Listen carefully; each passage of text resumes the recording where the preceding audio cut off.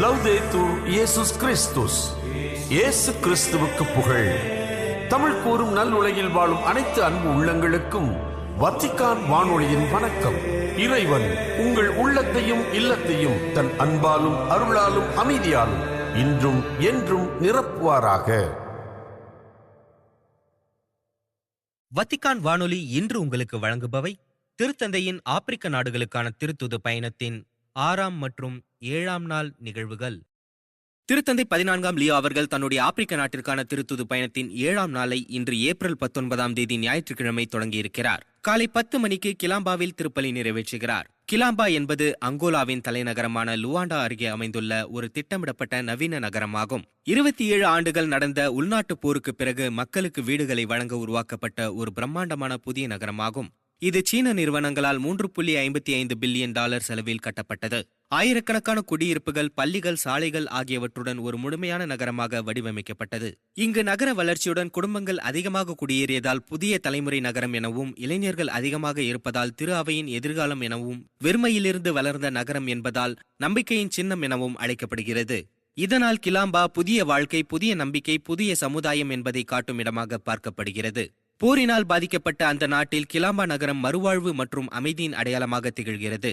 நம்பிக்கை, நல்லிணக்கம் மற்றும் அமைதி என்ற நற்செய்தியை உலகிற்கு சொல்ல திருத்தந்தை இந்த இடத்தை தேர்ந்தெடுத்தார் என்று கருதுகிறார்கள். கிலாம்பாவில் திருப்பலி நிறைவேற்றிய பின் பிற்பகல் மணி 3:45க்கு லுவாண்டா பிப்ரவரி 4 சர்வதேச விமான நிலையத்திலிருந்து ஹெலிகாப்டரில் முக்சிமாவிற்கு செல்கிறார். மாமா முக்சிமா என்பது அங்கோலாவில் உள்ள மிகவும் புகழ்பெற்ற கத்தோலிக்க திருத்தலமாகும்.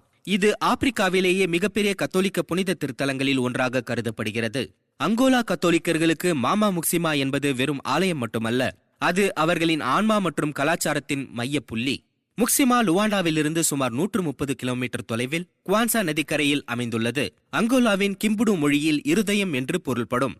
எனவே மாமா முக்சிமா என்றால் இதயத்தின் அன்னை அல்லது எங்கள் இதய அன்னை என பொருள்படும். 1589ஆம் ஆண்டு போர்ச்சுகீசியர்களால் முக்சிமா கிராமத்தில் ஒரு கோட்டை கட்டப்பட்டது. 1599ஆம் ஆண்டில் அன்னை மரியாளின் பெயரில் ஒரு சிறிய தேவாலயம் அங்கு நிறுவப்பட்டது. அடிமைத்தனத்தின் காலத்தில் அங்கோலாவிலிருந்து மக்கள் வெளியேற்றப்பட்ட போது அவர்கள் இந்த அன்னையிடம் தங்களை அர்ப்பணித்து சென்றனர். இதனால் இது அங்கோலா மக்களின் சுதந்திரம் மற்றும் நம்பிக்கையின் அடையாளமாக மாறியது. 1930களில் அங்கோலாவின் தேசிய திருத்தலமாக இது அறிவிக்கப்பட்டது. மாமா முக்சிமா பல அற்புதங்களுக்கு பெயர் பெற்றது. கண் பார்வையற்றவர்கள் பார்வை பெறுவது, தீராத நோய்கள் குணமாவது போன்ற பல அற்புதங்கள் இங்கு நடப்பதாக நம்பப்படுகிறது. நீண்ட காலம் குழந்தை இல்லாத தம்பதிகள் இங்கு வந்து அன்னையிடம் வேண்டினால் அவர்களுக்கு குழந்தை பாக்கியம் கிடைப்பதாக பல சான்றுகள் உள்ளன. போர்க்காலங்களில் மக்கள் இந்த தலத்தை ஒரு புகலிடமாகவும் தங்களை காக்கும் இடமாகவும் கருதுகின்றனர். இதனால் மக்கள் அம்மா எங்களை காத்துக் கொள்கிறார் என்ற ஆழமான நம்பிக்கையுடன் வருகிறார்கள். மாமா முக்சிமா திருத்தலத்தில் ஜெபமாலை ஜெபித்து ஆப்பிரிக்க மக்களுக்காக உருக்கமாக மன்றாடிய பின் மாலை மணி 5:45க்கு முக்சிமாவிலிருந்து மீண்டும் லுவாண்டாவிற்கு ஹெலிகாப்டரில் புறப்படுகிறார். மாலை மணி 6:15க்கு லுவாண்டா விமான நிலையம் வந்து சேர்கிறார் திருத்தந்தை அவர்கள். அங்கு அவருக்கு வரவேற்பு கொடுக்கப்படுகிறது. இத்துடன் இன்றைய நாளுக்கான திருத்தந்தையின் பயணம் திட்டக்குறிப்பு நிறைவு பெறுகிறது. தொடர்ந்து வத்திக்கான் வானொலியுடன் இணைந்திருங்கள். உடனடி தகவல்களை பெற்று பயன்பெறுங்கள்.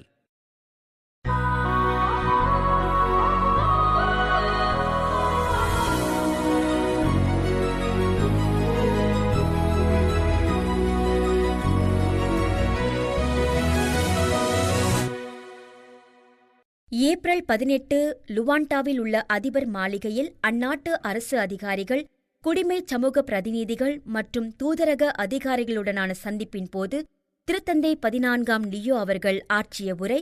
இப்போது அவ்வுரைக்கு செவிமடுப்போம். உங்களிடையே இருப்பதில் நான் மிகுந்த மகிழ்ச்சி அடைகிறேன். மதிப்புக்குரிய அதிபர் அவர்களே, அங்கோலாவிற்கு வருகை தருமாறு நீங்கள் அழைப்பு விடுத்ததற்காகவும் என்னை வரவேற்ற உங்களின் கனிவான வார்த்தைகளுக்காகவும் நான் நன்றி கூறுகிறேன். இறைவன் நேசிக்கும் இந்த நிலத்தில் அவரது பிரசன்னத்தின் அடையாளங்களை கண்டடையவும், அமைதி மற்றும் வெளிப்படைத்தன்மை கொண்ட உணர்வோடு உங்கள் மக்களை சந்திக்கவும் ஒரு புனித பயணியாக நான் இங்கு வந்துள்ளேன். உங்கள் நாடு விலைக்கு வாங்க முடியாத அல்லது திருடப்பட முடியாத புதையல்களை கொண்டுள்ளது. அவற்றில் ஒன்று துன்பங்கள், வேதனைகள் மற்றும் ஏமாற்றங்களுக்கு மத்தியிலும் நிலைத்திருக்கும் ஆழமான மற்றும் நிலையான மகிழ்ச்சி. இந்த மகிழ்ச்சி அறியாமையினால் உருவானது அல்ல, இது வலியையும் போராட்டத்தையும் அறிந்து உருவான மகிழ்ச்சி. இருப்பினும் செல்வம் மற்றும் சுயநல ஆதாயத்தின் மாயையிலிருந்து தங்கள் இதயங்களை விடுத்துக் கொள்பவர்களிடம் இந்த மகிழ்ச்சி தொடர்ந்து மேலோங்குகிறது. பல நேரங்களில் மற்றவர்கள் ஏதேனும் வழங்குவதற்காகவோ அல்லது எடுத்துக்கொள்வதற்காகவோ உங்கள் நிலத்தை நாடுகிறார்கள். வாழ்வையும் உண்மையையும் வெறும் வணிகப் பொருள்களாக குறைத்து மதிப்பிடும் இந்த போக்கை தகர்ப்பது அவசியமாகும். ஆப்பிரிக்கா உலகிற்கு மகிழ்ச்சி மற்றும் நம்பிக்கையின் நீர்த்தேக்கமாக விளங்குகிறது. இப்பண்புகளை அரசியல் நற்பண்புகள் என்று அழைக்கலாம். அதன் இளைஞர்களும் ஏழைகளும் தொடர்ந்து கனவு காண்கிறார்கள் மற்றும் நம்பிக்கை கொள்கிறார்கள். தற்போது உள்ளவற்றைக் கொண்டு அவர்கள் மனநிறைவு அடையவில்லை. அவர்கள் மேலும் உயர்வும் புதிய பொறுப்புகளை ஏற்கவும் தங்கள் எதிர்காலத்தை வடிவமைக்கவும் விழைகிறார்கள். மக்களின் ஞானத்தை கருத்தியல்களால் ஒழித்துவிட முடியாது. உங்கள் சமூகங்களுக்குள் இருக்கும் சிறந்த ஆற்றல்களை ஆதரிக்கவும் செவிசாய்க்கவும் நற்பண்பு, நீதி, அமைதி, சகிப்புத்தன்மை மற்றும் நல்லிணக்க பாதைகளை தேர்ந்தெடுப்பவர்களை ஊக்குவிக்கவும் நான் இங்கு வந்துள்ளேன். அதே வேளையில் பிரிவினையையும் அநீதியையும் தேர்ந்தெடுத்து நாட்டின் வளர்ச்சியை தடுப்பவர்களின் மனமாற்றத்திற்காக அனைத்து நல்மனம் கொண்ட மக்களுடன் நானும் இணைந்து வேண்டுகிறேன்.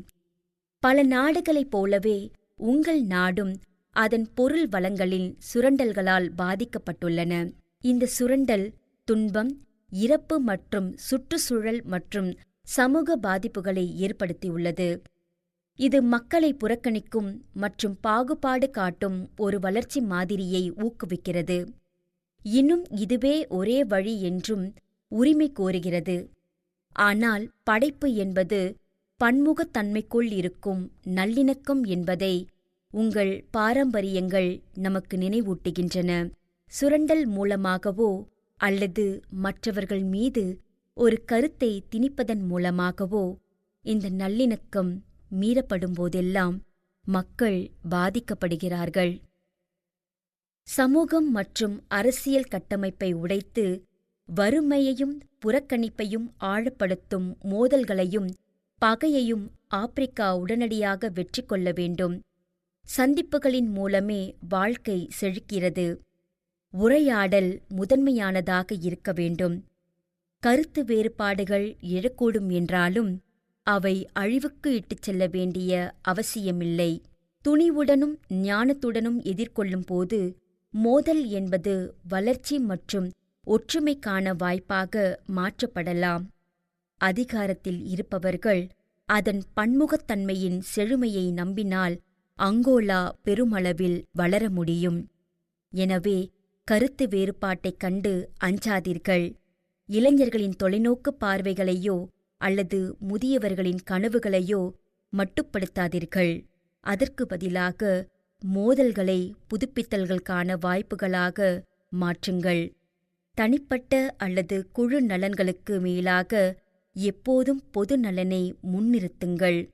இத்தகைய தேர்வுகள் குறுகிய காலத்தில் எதிர்ப்பைக் கொண்டு வந்தாலும் வரலாறு இறுதியில் அவற்றை உறுதிப்படுத்தும். மகிழ்ச்சியும் நம்பிக்கையும் வெறும் தனிப்பட்ட உணர்வுகள் மட்டுமல்ல, அவை விட்டுக்கொடுத்தல் மற்றும் தனிமைப்படுத்தப்படுதலுக்கு எதிராக செயல்படும் சக்தி வாய்ந்த ஆற்றல்கள். கொடுங்கோளர்கள் அச்சம், பிரிவினை மற்றும் செயலற்ற தன்மையை வளர்ப்பதன் மூலம் இவற்றை அடக்க முயல்கிறார்கள். மக்கள் நம்பிக்கையை இழக்கும்போது அவர்கள் தவறானவர்களின் சுயநலத்திற்கும் மதவெறிக்கும் மற்றும் மற்றவர்கள் மீதான அலட்சியத்திற்கும் எளிதில் ஆளாகிறார்கள். இது தன்னுடனும் பிறருடனும் மற்றும் சமூகத்துடனும் இருக்கும் உறவுகளில் விரிசலை ஏற்படுத்துகிறது. இருப்பினும் உண்மையான மகிழ்ச்சி என்பது வாழ்வை வளப்படுத்தும் மற்றும் சமூகத்தை வளர்க்கும் ஒரு வரமாகும். இது மக்கள் தங்கள் திறமைகளை பொது நலனுக்காக பயன்படுத்தவும் ஒருவர் மற்றவரின் மாண்பை அங்கீகரிக்கவும் தூண்டுகிறது. இது இருண்ட சூழ்நிலைகளிலும் பாதைகளை திறக்கிறது. மகிழ்ச்சி இல்லாமல் புதுப்பித்தல் இருக்க முடியாது. நேரடி சந்திப்புகள் இல்லாமல் உண்மையான அரசியல் இல்லை. மற்றும் பிறரை பற்றிய சிந்தனை இல்லாமல் நீதி நிலைநாட்டப்படுவதில்லை. நீங்கள் அனைவரும் இணைந்து அங்கோலாவை ஒரு நம்பிக்கையின் மூலமாக மாற்ற முடியும். செல்வத்தின் ஆதிக்கமும் பொய் வாக்குறுதிகளும் இல்லாத ஒரு நீதியான சமூகத்தை கட்டி எழுப்புவதில் கத்தோலிக்க திரு அவை ஒரு பணிவான உடன்பணியாளராக சேவை செய்ய விரும்புகிறது. ஒன்றிணைந்து செயல்படுவதன் மூலம் உங்கள் மக்களின் திறமைகளை நீங்கள் மேம்படுத்தலாம். அணுக முடியாத தொலைதூர பகுதிகளை கூட முன்னேற்ற முடியும். உலகம் யாரை நிராகரிக்கிறதோ, கடவுள் யாரை தேர்ந்தெடுக்கிறாரோ அவர்களுடன் இணைந்து நின்று முழுமையான மனித வளர்ச்சிக்கான தடைகளை அகற்றுவோம். இப்படித்தான் நம்பிக்கை பிறக்கிறது. கட்டுபவர்களால் புறக்கணிக்கப்பட்ட கல்லை கட்டிடத்தின் மூலைக்கல்லாகிறது. மனித குலம் மற்றும் வரலாற்றின் முழுமை இயேசு கிறிஸ்துவே.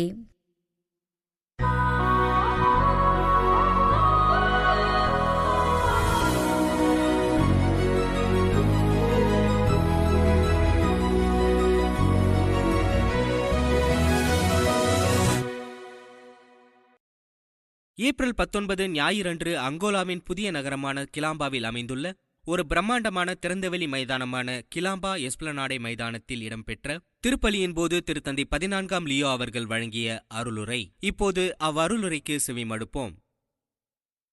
அன்புள்ள சகோதர சகோதரிகளே, இறைவனுக்கு நன்றி கூறும் விதமாக உங்கள் அனைவரோடும் இணைந்து இந்த நற்கருணை பெருவிழாவில் பங்கேற்பதில் நான் மற்றற்ற மகிழ்ச்சி அடைகிறேன். நீங்கள் எனக்கு அளித்த மகிழ்ச்சியான வரவேற்பிற்காக உங்கள் அனைவருக்கும் எனது நன்றியை தெரிவித்துக் கொள்கிறேன். எம்மாவு பயணம், அங்கோலாவின் வேதனையும் வரலாறும். பாஸ்கா காலத்தின் இந்த 3ஆம் ஞாயிறு நற்செய்தி வாசகமானது எம்மாவு நோக்கி செல்லும் சீடர்களின் வரலாற்றை நமக்கு முன்வைக்கிறது.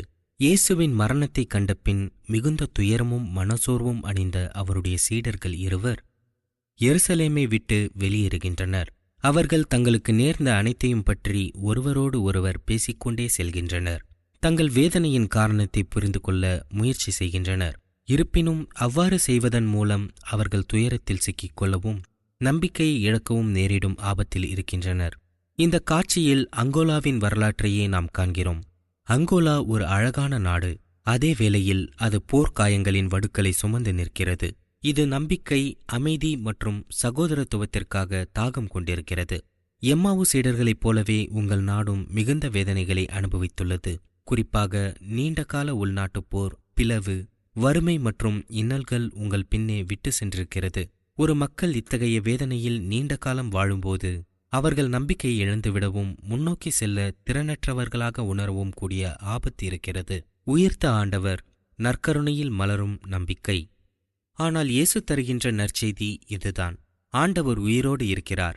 அவர் உயிர்த்தெழுந்து நமது வேதனையான மற்றும் குழப்பமான தருணங்களிலும் நமக்கு அருகிலேயே நடக்கிறார். அவர் எப்படி அந்த சீடர்களுடன் அவர்களின் பயணத்தில் இணைந்து கொண்டாரோ அப்படியே இன்றும் அவர் உங்களோடு நடக்கிறார். உங்கள் வலியை கடந்து பார்க்கவும் மீண்டும் நம்பிக்கையை கண்டறியவும் அவர் உங்களுக்கு உதவுகிறார். அவர் அவர்களுடன் அப்பத்தை பிற்கும்போது அவர்களுடைய கண்கள் திறக்கப்படுகின்றன. அவர்கள் அவரை அடையாளம் காண்கிறார்கள். இதுவே உங்களுக்கான பாதையும் கூட. ஆண்டவர் உங்களோடு பயணிக்கிறார் என்பதை முழுமையாக நம்புவதும் அதற்கு பதிலாக உங்கள் அர்ப்பணிப்பை வழங்குவதும் தான் அந்த பாதை. நாம் அவரை சிறப்பாக ஜெபத்திலும் அவரது வார்த்தைகளுக்கு செவிமடுப்பதிலும் எல்லாவற்றிற்கும் மேலாக நற்கருணையிலும் சந்திக்கிறோம். அங்கே நமது இதயங்கள் புதுப்பிக்கப்படுகின்றன. நாம் வலிமை பெறுகிறோம். திரு அவையின் போதனைகளுக்கு என்றும் உண்மையுள்ளவர்களாக இருங்கள். இறை வார்த்தையிலும் அப்பம் பிற்கும்போது தன்னை வெளிப்படுத்தும் இயேசுவின் மீது உங்கள் பார்வையை நிலைநிறுத்துங்கள்.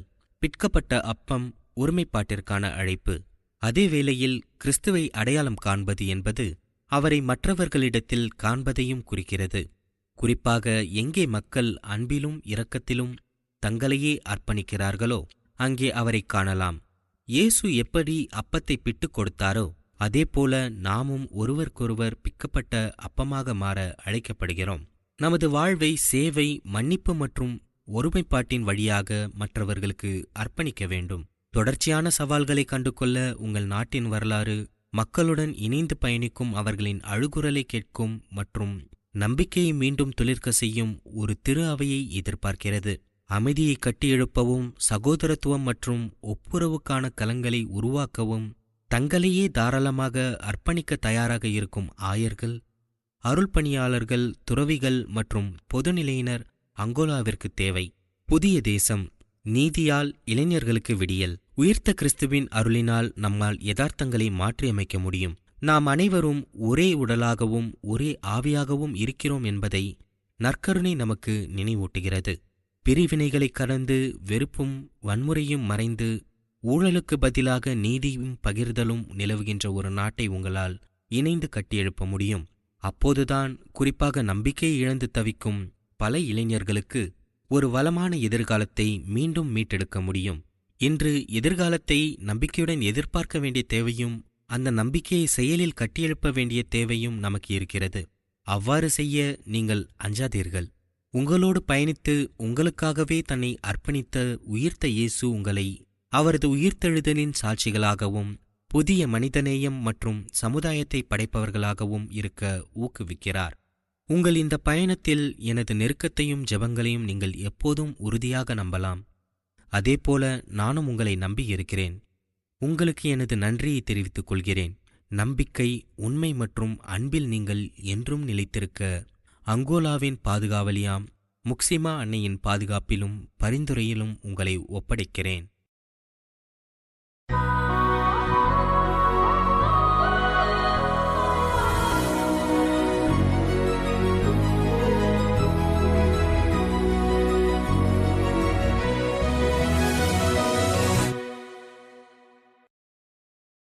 திருத்தந்தையின் கேமரூன் பயணத்தின் சிறப்பு தகவல்கள். திருத்தந்தை அவர்கள் தன்னுடைய செய்தியில் ஒரு அழகான செய்தியை வெளியிட்டுள்ளார். இது ஆப்பிரிக்க நாடுகளுக்கான செய்தியல்ல, மாறாக நம் உலக மக்கள் அனைவருக்குமான செய்தியாக நாம் எடுத்துக்கொள்ளலாம். எல்லோருக்கும் உணவு உண்டு, அது எல்லோருக்கும் கொடுக்கப்பட்டால். பறித்து கொள்ளும் கரங்களாக இல்லாமல் கொடுக்கும் கரங்களாக நம் கரங்கள் மாறி எல்லோருக்கும் கொடுத்தால் எல்லோருக்கும் உணவு உண்டு. ஏனென்றால் உணவு என்பது நிரம்பியிருக்கிறது.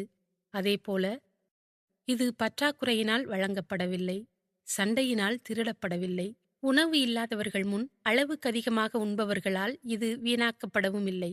மன்னிப்பையும் ஒருங்கிணைவையும் நிலைநாட்டுவதற்கான ஒவ்வொரு முயற்சியும் ஆதரவு தேடும் மனிதத்திற்கான ஒரு சிறிய துண்டு உணவாக மாறுகிறது. ஆனால் இது மட்டும் போதாது. உடலுக்கு தேவையான உணவோடு ஆன்மாவுக்கு தேவையான இறைவனது வார்த்தையும் அவசியம் என்று அவர் குறிப்பிட்டுள்ளார். கேமரூன் நாட்டின் துவாலா நகரில் கடந்த 17ஆம் தேதி திருத்தந்தை நிறைவேற்றிய திருப்பலியில் ஏறக்குறைய 1,20,000 நம்பிக்கையாளர்கள் கலந்து கொண்டனர் என உள்ளூர் அதிகாரிகள் தெரிவித்தனர். திருத்தந்தை அவர்கள் புனித பவுல் கத்தோலிக்க மருத்துவமனைக்கு சென்று அங்குள்ளவர்களை சந்தித்தார். மருத்துவமனையில் சிற்றாலயத்தில் சிறிது நேரம் தியானம் செய்துவிட்டு அங்கு பணிபுரியும் பணியாளர்கள் நோயாளிகளை சந்தித்து அவர்களுக்கு ஆறுதலும் ஆசியும் கொடுத்தார். குறிப்பாக குழந்தைகள், முதியவர்களை அவர்கள் தங்கியிருந்த அறைகளுக்கே சென்று சந்தித்து உரையாடி ஆசீர் வழங்கினார். இது அங்கிருக்கும் பணியாளர்களுக்கும் நோயாளிகளுக்கும் மிகுந்த மகிழ்ச்சியையும் ஆறுதலையும் கொடுத்தது.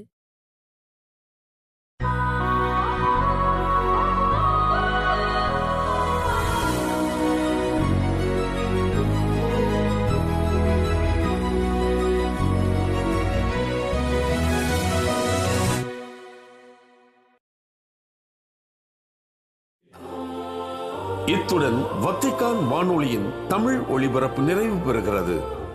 உங்கள் செவிமடுத்தலுக்கு நன்றி. தொடர்ந்து வத்திக்கான் வானொலியுடன் இணைந்திருங்கள். இறையாசிர் பெறுங்கள்.